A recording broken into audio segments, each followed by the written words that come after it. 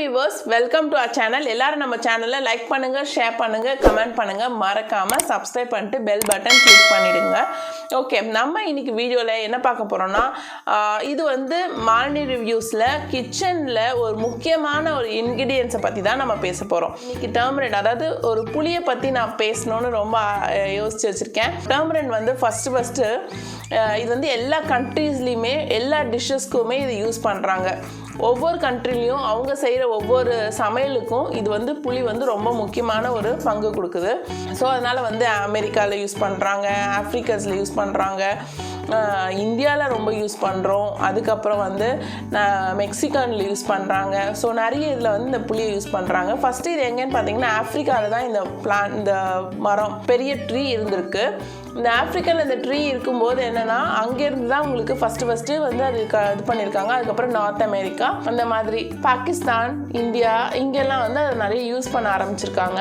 So இது வந்து 16th செஞ்சுவரியிலேருந்து இந்த புளி வந்து யூஸ் பண்ண ஆரம்பிச்சிருக்காங்க குக்கிங்காக. இது வந்து பார்த்தீங்கன்னா நிறைய மெடிசினல் வேல்யூஸ் கூட இருக்குங்க.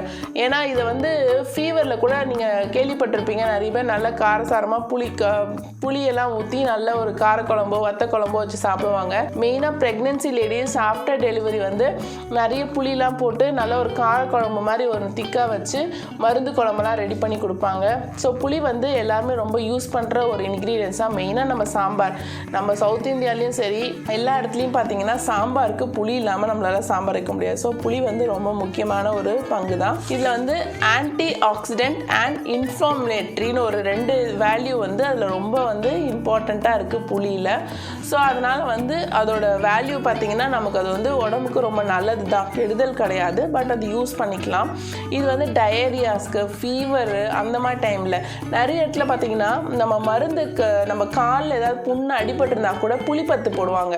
ஸோ புளிப்பத்து போடும்போது என்ன ஆகிடும்னா அந்த இது வந்து வீக்கம்லாம் வத்திடும் அப்படின்ற மாதிரி, அந்த வீக்கத்தோட அந்த ஸ்வெல்லிங் வந்து ஃபுல்லாகவே கம்ப்ளீட்டாகவே குறைஞ்சிரும். அதனால் வந்து மருந்து போடும்போது அது அந்த காலத்துலேருந்தே இந்த புளிப்பத்து போடுறது வந்து நார்மலாக, இப்போ தான் நம்ம வந்து உடனே டாக்டர்கிட்ட போகிறோம், ஒரு மெடிசன் வாங்குகிறோம், ஒரு ஆயில்மெண்ட் போட்டுக்கிறோம். அப்போ அப்படி கிடையாது. அந்த புளிப்பத்து தான் முதல்ல அப்ளை பண்ணுவாங்க. எந்த ஒரு வைத்தியர்கிட்ட போவாங்கல்ல, அந்த மாதிரி போகும்போது புளிப்பத்து தான் போடுவாங்க. நம்ம சின்ன வயசில் நம்ம விளையாடும் போதெல்லாம் பெரிய புளிய மரம் இருக்கும், அதுக்கு கீழே நல்ல நிழலாக இருக்கும், இந்த புளியங்காயெல்லாம் வந்து கீழே விழுந்திருக்கும். ஸோ அதெல்லாம் எடுத்து சாப்பிட்டுக்கிட்டு அதெல்லாம் ஜாலியாக என்ஜாய் பண்ணியிருப்போம். பட் இப்போ உள்ள பசங்களுக்கு அதெல்லாம் தெரியாது. அநேகமாக வந்து ஒரு அட்லீஸ்ட் 80s 90s கிட்ஸ் வரைக்கும் அந்த புளிய மரத்தோட இது தெரிஞ்சிருக்கும். அதுக்கு மேலே உள்ள பேருக்கு தான் அந்த பசங்களுக்கெல்லாம் அந்த புளிய மரத்தோட எப்படி இருக்கும் என்னெல்லாம் தெரியாது. நான்லாம் ரொம்ப பார்த்துருக்கேன். அந்த மரம்லாம் பெருசாக இருக்கும், அது நிறைய காய் தொங்கும், நல்லாயிருக்கும். அதுலேயே 2 வெரைட்டி இருக்குங்க. ஒன்று வந்து புது புளி ஒன்று, பழைய புளி ஒன்று.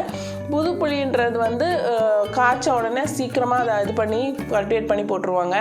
பழைய புளின்னும் போது அதை வச்சு இது பண்ணுவாங்க. அந்த பழைய புளியும் ரொம்ப சதப்பத்தாக இருக்கும், ரொம்ப நல்லாயிருக்கும். இன்னொன்று விஷயம் இதில் என்னென்னா காப்பர் எல்லாம் வந்து வாஷ் பண்ணுறது கூட அந்த புளி யூஸ் பண்ணுவாங்க. பிராஸு, பித்தளை, அதாவது பூஜை சாமான்லாம் கூட நம்ம அந்த புளி, அதனால் புளியை சமையலுக்கும் யூஸ் பண்ணி அதுக்கப்புறமா அதை வந்து என்ன பண்ணுவாங்கன்னா இந்த மாதிரி பிராஸ் எல்லாம் தேய்க்கிறதுக்கு கூட அதை யூஸ் பண்ணுவாங்க புளி.